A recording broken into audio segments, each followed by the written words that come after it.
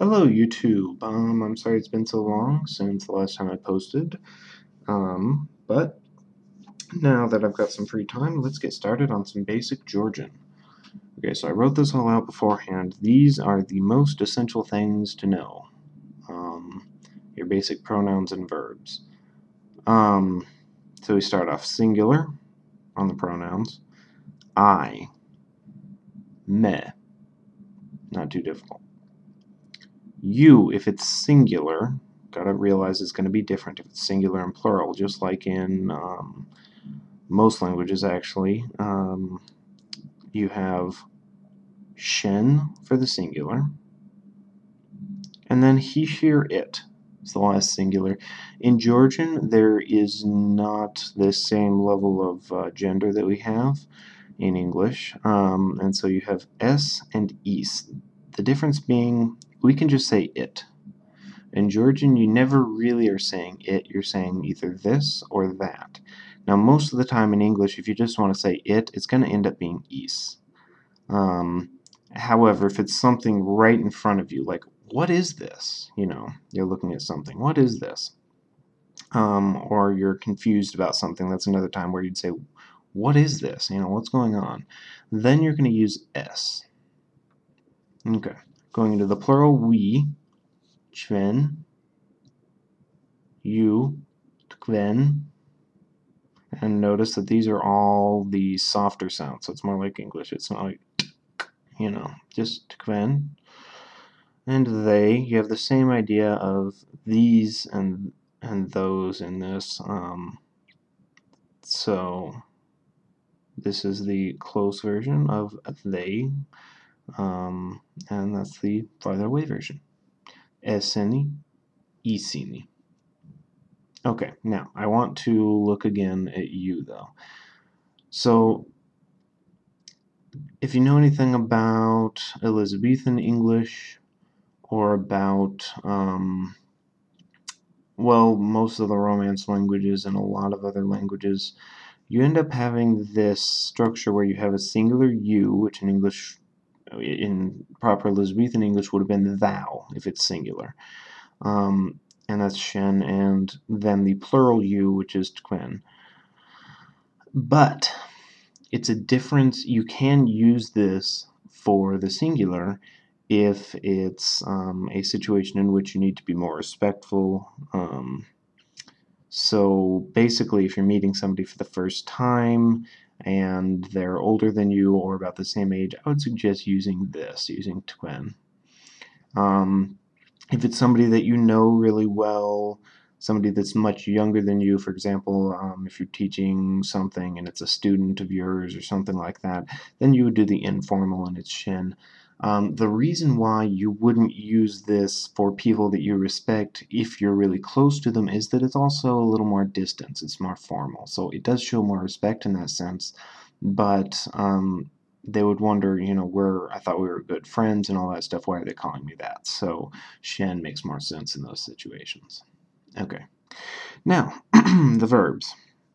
In the singular we have I am, you are, he, she, it is, and then in the plural we are, you are, they are. So it's pretty easy in English. So I am would be me, bar. You are would be shen, har. He, she, it is would be is, aris. In the plural, all you end up doing is tacking on this t for the first two at least. So we are is chen, vart. You are tkwen, chat. Or if you are doing the more respectful singular, it's still tkwen, chat. And for they are isini, arion. Okay. Now in English, you also have, if you're the subject of the verb, you end up having different pronouns. So he gave it to me, not to I. He gave it to you, that one's the same. He gave it to him, he gave it to her, he gave it to it. So that one stays the same. And in the plural we have he gave it to us, he gave it to you, he gave it to them. The great thing is in Georgian you don't have to worry about all that because it's all the same. So it's really just this, which is really nice. Except, of course, for the doing verbs, if you're getting into future tense and past tense, it changes, but it's a lot to remember, so I would just leave you with this. So let's do some basic phrases. I'm going to use some question words, which I can give to you. Just let me move the camera a little bit to make this easier. Okay. I have an interesting camera set up, so let's say, for example, how are you? Well, I should probably capitalize this. Okay. How are you? Oops. Nothing like, see, I told you I had an interesting camera setup. It just fell over on me. Yeah, nothing like switching to English letters in the middle of writing. It's been a while since I've been in Georgia, people. Okay, so Rugor Har. Now, notice we have 3 words in English. Why do we only have 2 here? Well, let's look at this. Rugor is the word for how, okay? So I will keep a running list here on the side of our question verbs. How? Rugor. Okay?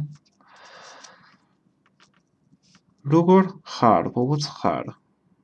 Are. Now, if in English you said how are, it wouldn't make any sense. You'd be asking how are who? How are they? How are you? How are we? But, again, look at this. Completely different word for each of these.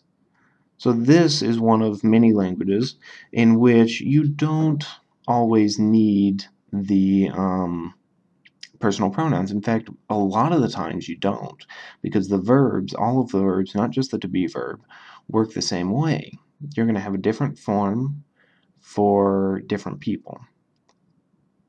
So if it's I think, it's vpikro. If it's you think, you don't have that v sound at the beginning, which is common in a lot of types of verbs. And so you immediately know, oh, if he says vpikro, it means I think. He's not talking about somebody else. So it's the same idea here. How are you? And you can say something like Argad, which means well. I'm well, which is proper English as opposed to I'm good, which in Georgian, like it should be in English, if you say I'm good, it means like I'm a good person. So it doesn't make a lot of sense. If you say how are you? I'm a good person. So anyway, Argad means well.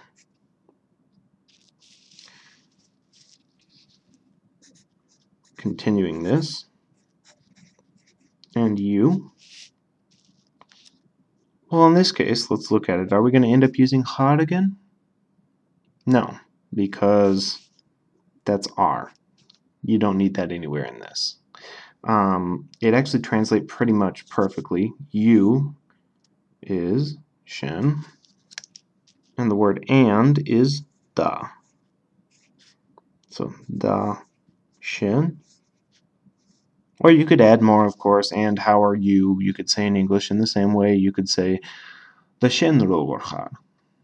Okay, and word order isn't completely important. So you could say da shin rogor har, you could say da rogor har shin, things like that. And I've heard Georgians say rogor har shin. But most of the time you just have this form. It's the easiest, is the quickest. Da shin. Okay.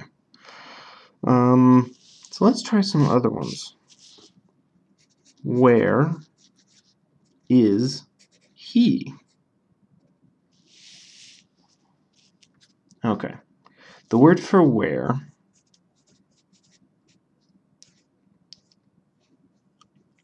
is sad. Okay? So where is he? How's this going to work? Well, remember, there's no difference between he, she, or it in Georgian. It's all one word, no gender. And, coming off of the principle we learned here, there would be no need to actually say he anywhere in it. Now, unlike in certain other languages where you would put the question word at the end, it really just translates straightforwardly, where is. But we don't have to say he. So, sad Aris. So Georgian in some ways can be much more contextual. You need to know what the subject is, but it'll come up. And if you don't know, you can say who or what. Where's what? What are you talking about? So let's do that actually. Let's say who. I don't know who you're talking about. Who? The word for that is wen. Sorry, wen. So who? Wen. And then you'd say who it is, of course. And you'd say where they are, basically. We start getting into more complex grammar when we get into that, so I wasn't really planning on getting that far right now. So let's just stick to the basics, and next time I can start on basic nouns, words like here, there, over there, different things. Um, so who, mean. Now, before my camera falls over again, what are other ones? So far we've done how, where, who, what. Is another common one. How do you say what? Well, this one's nice and easy. Ra. So if you want to say, what is this? If you're emphasizing this, then you would say raris es. If you just want to say, what is it? You'd probably say raris. And you don't need to worry about it. You'd have two ahs right next to each other, right? You don't need to worry about saying raris. You can slur them together. It works fine. And if you get into other verbs, what are you doing, for example, it's still the same. Da, da, da. Okay. Why? Why? This one is, wow, brain fart. Raton. Sorry about that. You can tell it's been half a year since I've been there. Raton. Raton. Why are you... you don't know the words here and there yet. I guess I can teach those.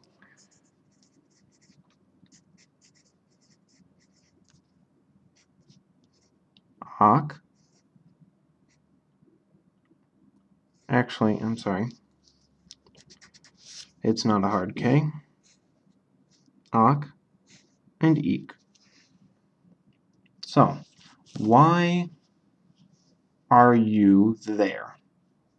Okay, let's write it down. Why are you there?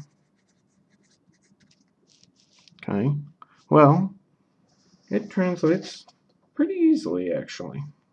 Georgian is nice in that way. A lot of the structures end up being pretty similar to English. Raton. Now let's look at this. Are you? We could say the whole thing. Raton harshen.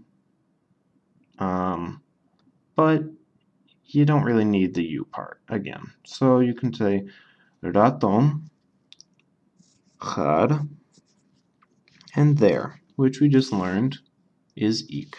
Raton harik. Or you could say raton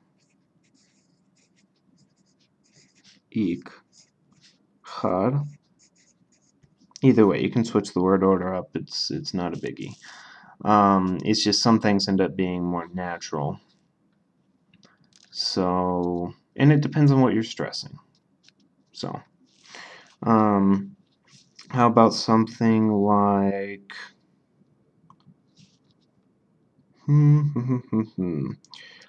who is that? Who is that?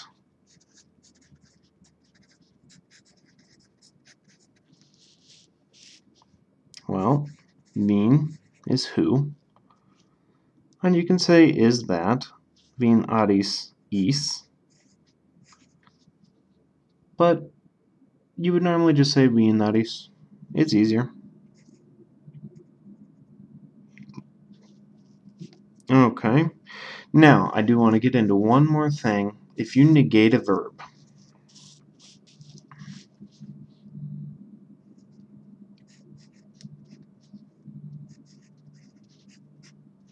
not is odd. And how you structure this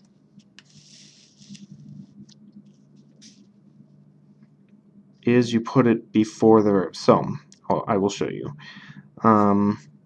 I am not there. In English, we have to say the verb, and then we say not after it. Okay? There are some cases in which we have to add modifiers. So, for example, I think so. And in English, in modern English, we would say I do not think so, and it would be really strange to say I think not so. However, if you go to the roots of modern English, if you go back a few hundred years, I think not so is completely normal. And so it pretty much follows, you get not after the verb in English, okay?